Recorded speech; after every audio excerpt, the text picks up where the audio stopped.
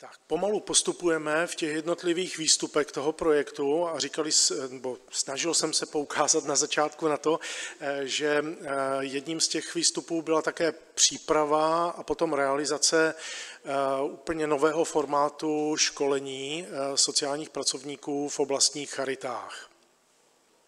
Tak pár komentářů za prvé k obsahu toho školení a ihned na mě naváže Kristýna s tím, co zjistila ohledně účinnosti této pedagogické intervence, můžeme říct, tohoto modelu školení, protože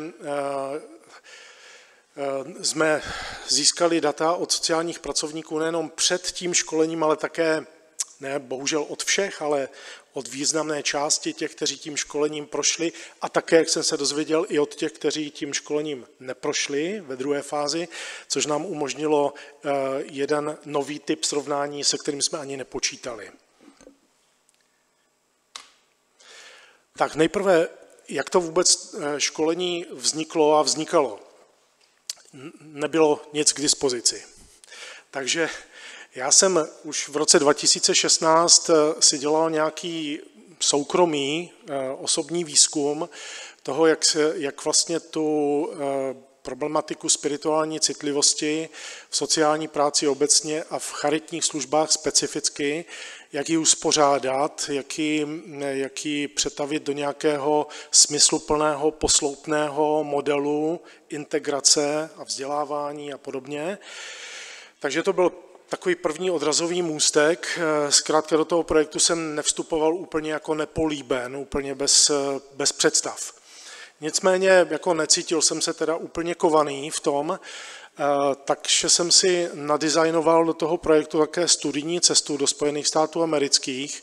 Tam jsem se logicky opřel o jediný kontakt, který ve Spojených státech mám, nebo možná jich mám trochu víc, ale tehdy jsem měl jediný nosný, tak jsem pana profesora požádal, aby mi umožnil a facilitoval kontakt se 3 vybranými agenturami, nebo u nás bychom řekli neziskovkami, které poskytují sociální práci, abych si s nimi prostě popovídal, jestli své pracovníky školí v spirituální citlivosti a eventuálně jak takové školení vypadá, že? Abych to mohl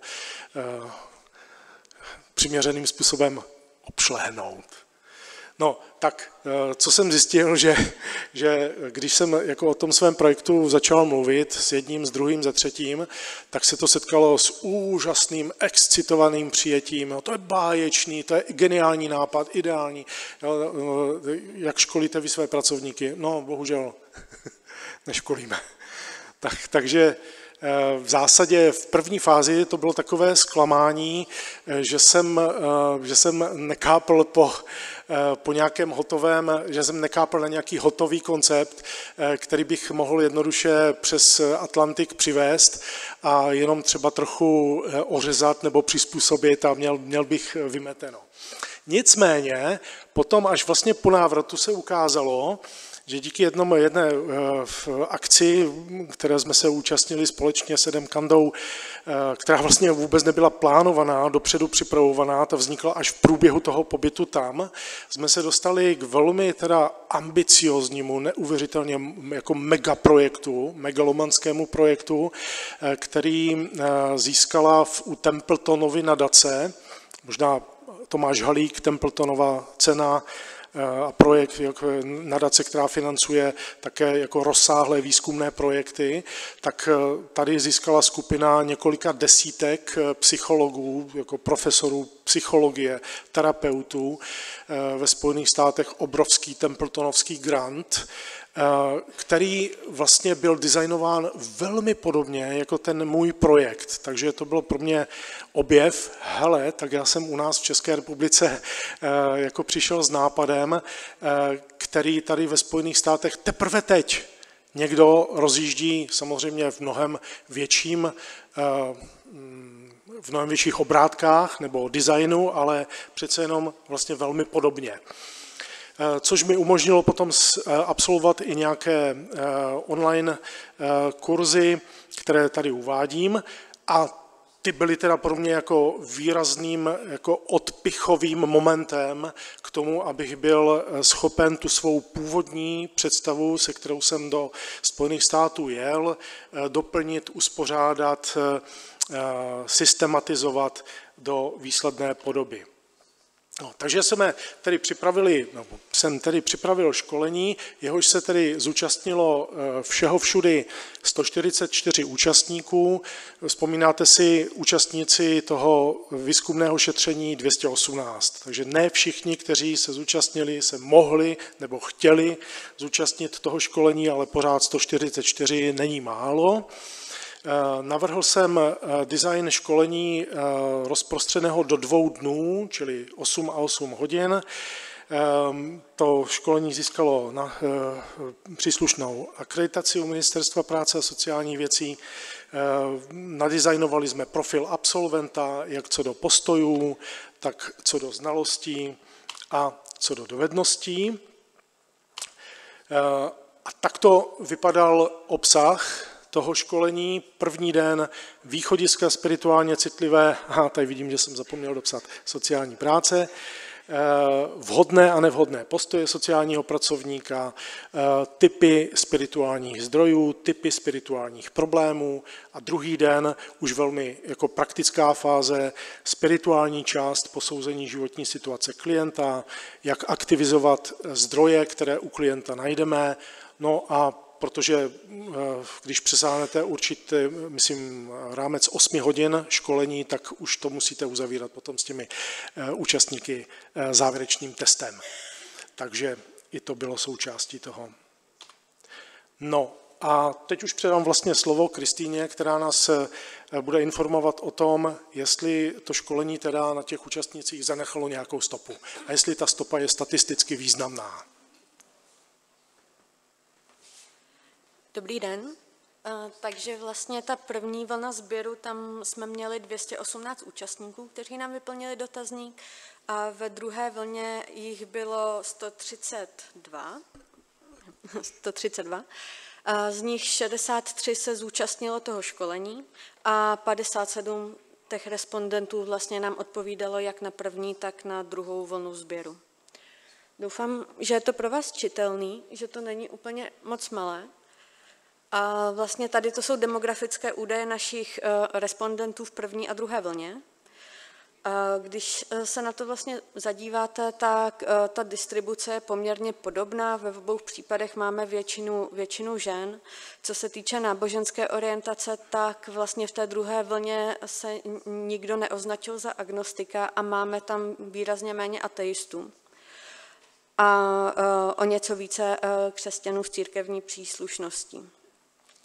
A co se týče bydliště, tam pak nemáme žádné respondenty nad 150 obyvatel, ale jinak opět je to hodně podobné jako v té první vlně, ta distribuce dat. Teď vám trošku popíšu tu tabulku. Vlastně tady ta tabulka se vztahuje k otázce nebo k tvrzení, že, na které vlastně respondent odpovídal, jak mu přijde vhodné tematizovat spiritualitu u určité skupiny klientů. Takže vlastně tady z vaší strany nalevo máte vlastně různé cílové skupiny těch klientů a respondent odpovídal, zda mu připadá vhodné tematizovat spiritualitu u tady těch klientů. Na škále od zcela nesouhlasím, po zcela souhlasím, šlo o 5bodovou škálu. Takže vlastně hned v tom druhém sloupci vidíme, jak respondenti průměrně odpovídali, s tím, že čím víc se to číslo blíží k 5, tím víc respondentů vlastně souhlasilo. V tom třetím sloupci máme jenom účastníky, kteří se účastnili školení a v předposledním sloupci účastníky, kteří se neúčastnili školení. Vlastně už jenom tady můžeme vidět, že ty účastníci nebo ty respondenti, kteří se neúčastnili školení, mají tu průměrnou hodnotu o něco nižší než ti, kteří se účastnili školení v podstatě u všech cílových skupin. V posledním sloupci je vidět rozdíl a ten rozdíl je vlastně vždycky kladný. To znamená, že vlastně ti, kteří byli na školení, průměrně pravděpodobně budou souhlasit s tvrzením, že jim připadá vhodné tematizovat spiritualitu u té skupiny. Teď se dostáváme vlastně k té statistické významnosti, to je úplně v tom prvním sloupci. A vlastně tady ta tabulka prezentuje, jestli existuje nějaká souvislost mezi účastí na tom školení a mezi tím, zda těm respondentům připadá vhodné tematizovat spiritualitu. Vlastně v tom prvním sloupci teda vidíme jako korelační koeficient, přičemž se považuje, že jakmile ten korelační koeficient se pohybuje kolem 0,3, tak už se jedná o nějakou dobrou souvislost. A pod tabulkou vidíme vysvětlivky k těm hvězdičkám. To vlastně znamená, že ty korelační koeficienty, které u sebe mají hvězdičku, alespoň jednu, jsou statisticky významné. Takže vlastně tady vidíme, že u většiny cílových skupin existuje statisticky významná souvislost mezi účastí na tom školení a mezi subjektivně vnímanou vhodností tematizace spirituality. Jediné, kde vlastně ta souvislost neexistuje, je u klientů, kteří jsou v terminálním stádiu nemoci, kteří se připravují na pěstounskou péči, kteří truchlí a kteří jsou diskriminováni z náboženských důvodů. Zároveň bych podotkla, že tady se jenom neprokázala souvislost mezi účastí na tom školení a mezi tím, zda to těm respondentům díky tomu školení pak připadá vhodnější tematizovat. Protože když se podíváte třeba hned na prvním řádku na tu skupinu klientů v terminálním stádiu nemoci, tak ta průměrná hodnota je vlastně poměrně vysoká. Jako opravdu hodně respondentů souhlasilo s tím, že u klientů v terminálním stádiu nemoci jim připadá vhodné spiritualitu tematizovat. Vlastně jenom se neprokázalo, že by byl nějak velký rozdíl mezi respondenty, kteří se účastnili školení a těmi, kteří se neúčastnili. Ale u těch, kde se ta souvislost prokázala, tak vlastně můžeme říct, že respondenti, kteří se účastnili školení, tak jim subjektivně připadá díky tomu školení pravděpodobně vhodnější tematizovat spiritualitu. Já nemůžu říkat, že je tam nějaká kauzalita, je tam jenom souvislost. A tahle tabulka je hodně podobná, akorát, že tady vlastně nejde o tematizaci subjektivně nebo o subjektivně vnímané vhodnosti tematizace spirituality, ale jedná se o tematizaci náboženství. A tady vlastně vidíme poměrně rozdílné výsledky. Už jenom když se podíváme na ty průměrné odpovědi, tak jsou výrazně nižší. Tam na předchozím slajdu se vlastně u všech těch klientských skupin pohybovali kolem 3,7 až 4. Tady vidíme, že se pohybují od 2,8 maximálně 3,8. Takže vidíme, že ta tematizace náboženství respondentům připadá obecně méně vhodná. A zároveň vidíme, že to školení nemělo až tak výrazný vliv. Pořád v tom posledním sloupci vidíme, že ten rozdíl je pozitivní, takže častěji lidi, kteří si prošli školením, souhlasí s tím, že jim u této skupiny připadá vhodné tematizovat náboženství, ale statisticky významné je to vlastně jenom v jednom případě. A to se jedná o skupiny klientů s duševní poruchou. Ty předchozí slajdy se vlastně týkaly jenom té druhé vlny sběru. A tady můžeme porovnat vlastně tu první vlnu sběru s druhou vlnou a vlastně úplně poslední sloupec zase prezentuje ty respondenty, kteří se účastnili školení. Takže vlastně až na jeden jediný případ pozorujeme, že vlastně v druhé vlně respondenti spíše souhlasí. Pouze v případu problémů v rodinných vztazích tady vidíme vlastně jako mírný pokles. Ale zároveň opět jsme v oblasti tematizace náboženství a tady nevidíme vlastně vůbec žádný signifikantní rozdíl mezi první a druhou vlnou. Takže se přesunu o další slide. Takže tady se zase vracíme k té tematizaci spirituality, kde jsou ty rozdíly vidět mnohem výrazněji. Vlastně zase opět, když v tom sloupci rozdílů je u toho čísla hvězdička, tak to znamená, že vlastně mezi první a druhou vlnou sběru existuje signifikantně statisticky významný rozdíl v tom, jak ty respondenti odpovídali. Takže tady opět vidíme jistý nárůst a když se zaměříte na ty řádky, které jsou označeny, kde ten rozdíl mezi první a druhou vlnou je označen hvězdičkou a podíváte se ještě ten sloupec vedle k těm účastníkům školení, tak tam je vidět, že opravdu ti, kteří se účastnili školení oproti té první vlně před tím školením, že tam ta tendence je mnohem větší, ta tendence souhlasit nebo subjektivně vnímat tu tematizaci spirituality jako vhodnou. Tady to je ode mě poslední slide a vlastně my v tom dotazníku jsme měli několik typů intervencí spirituálních, které mohli respondenti provádět se svými klienty a ptali jsme se jich na to, zda vlastně tady ty intervence provádí nebo neprovádí.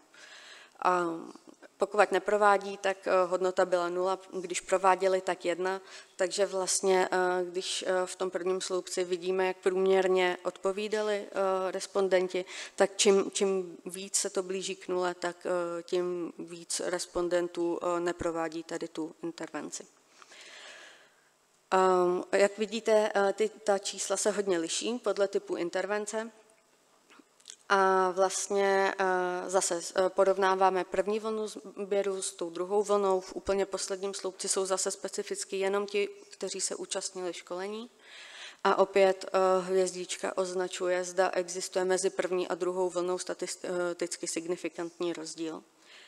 Ten rozdíl, vlastně úplně nejvyšší rozdíl a velmi statisticky signifikantní je u intervence používání nenáboženského duchovního jazyka. A potom je to u reflektování klientových přesvědčení ve vztahu k blízkým osobám a společná modlitba s klientem. Zároveň až na několik výjimek jako vidíme, že ty rozdíly jsou pozitivní, ale ve většině případů se opravdu blíží 0. Pohybujeme se tady v setinách, takže vlastně v důsledku toho bych řekla, že ten přínos těch školení je opravdu spíš v tom, jak vhodnou vnímají sociální pracovníci tematizaci té spirituality před svými klienty. Do intervenčních technik se to až tak nepromítá, respektive ne do všech, do některých ano, ale opravdu úplně, když se vrátím takhle k této tabulce.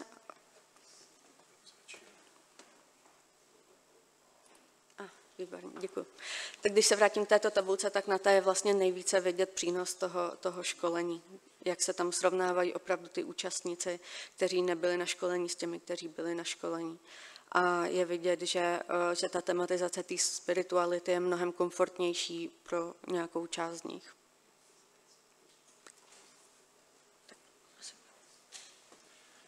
Dobře, děkuji, Kristýno. Tak já jsem si mohl oddechnout, že jsem slyšel spíše tedy příznivější údaje z té statistické analýzy.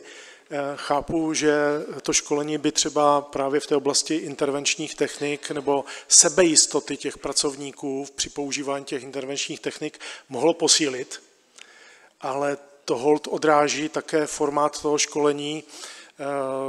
Když školíme 144 lidí, tak dostat se do menších nácvikových skupin je velmi obtížné, takže to se tady propsalo potom. Nicméně i tak je tam vidět nějaký drobný posun, někde takový trošku kuriózní, když tam byla ta zvýšená důvěra v používání společné modlitby s klientem, no tak to je trochu jako diskutabilní, jestli toto je úplně žádoucí, protože to má zrovna tato technika, tato intervence má jako spoustu háčků Jo, jako autonomie klienta je tam dosti silně ohrožená. Sociální pracovníci obecně napříč světem právě k této intervenci nechovají mnoho důvěry. Jo? Spíše upozorňují na úskalí této intervence. Takže to je jenom můj takový jako rychlý komentář a ještě využít teda minutky nebo pár minutek, než se rozejdeme na oběd, abyste mohli položit Kristýně nebo mě eventuálně nějaký dotaz vy.